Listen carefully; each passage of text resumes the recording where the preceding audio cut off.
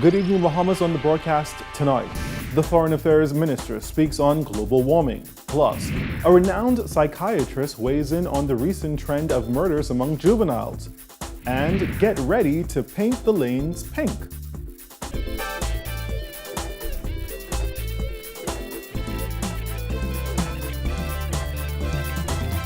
Our news is brought to you by Alive, the nation's newest and best LTE network. Good to be alive.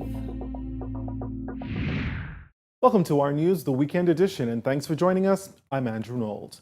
With the Caribbean becoming more susceptible to major hurricanes, Minister of Foreign Affairs Darren Henfield says countries in the region are missing out on key assistance after being ravaged by major storms. Henfield says for the sake of Caribbean countries' survival, the international community must change its view of the region. Jasmine Brown reports. Henfield insisted there is a desperate need to move away from using gross domestic product and gross national product to measure wealth and economic development. He says those one-dimensional instruments prevented countries most in need from receiving assistance and should be replaced by a more realistic metric. We want to impress upon the international community that there should be a different index for measuring the level of ODA that a country can receive. Vulnerability is a major thing for us. You know, I said to them, you know, we can make grand plans for our social and economic development. We can extend ourselves tremendously, and then in one fell swoop, a hurricane will come and displace all of those plans. Henfield says the threat of climate change to the Caribbean is ironic, especially considering small island developing states have the least impact on the environment. The thing that we recognize in the Caribbean is that we're the least offensive as it relates to black emissions of CO2 and the most impacted as it relates to the ferocity and the frequency of which we're seeing these monster storms pass through our region. As you're aware, the Bahamas suffered in the past 3 consecutive years major strikes of major Category 5 hurricane systems, and so we wanted to impress the international community and international bodies of the importance of paying attention to climate change.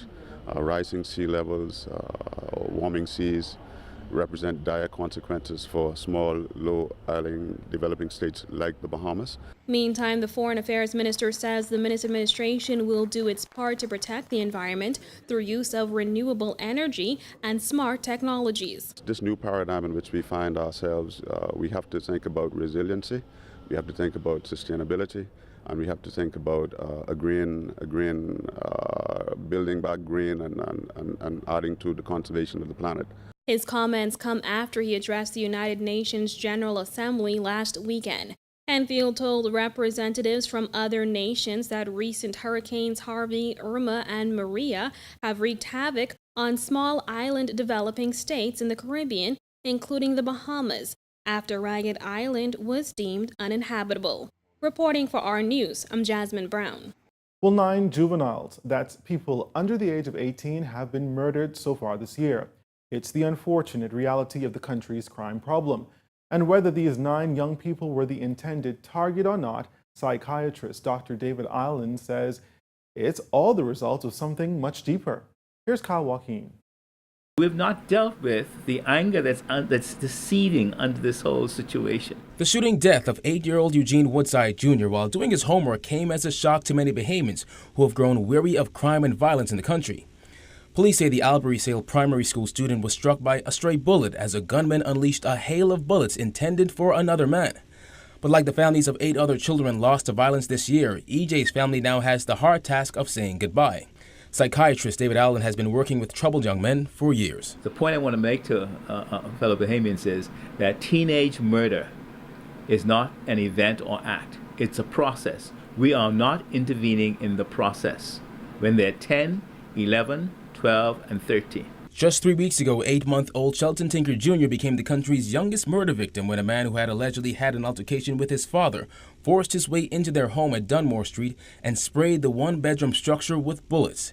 Not long after, 2 teen boys were killed a week apart in Fox Hill. And back in March, 2 teens ages 13 and 15 were found dead through an isolated corner off Yellow Elder.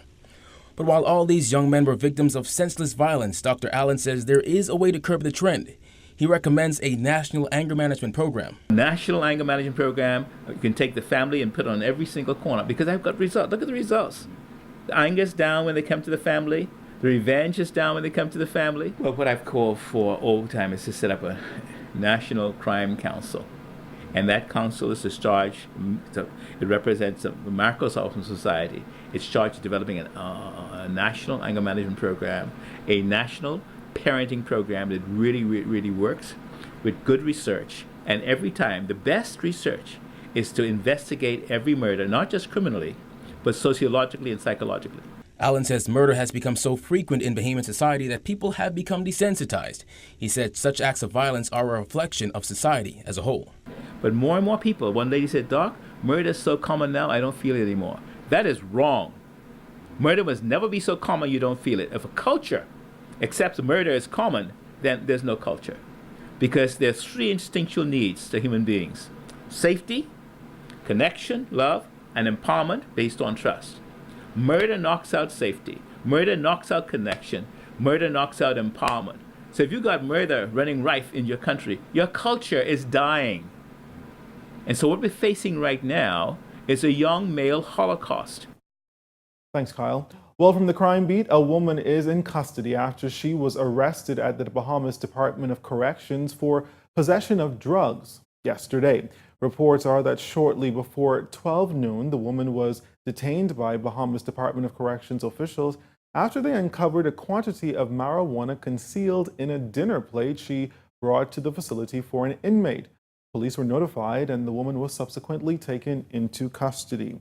Also from the crime beat, a man who was on bail is back behind bars after being found in possession of an illegal firearm. Police can confirm that he was being electronically monitored on bail for attempted murder.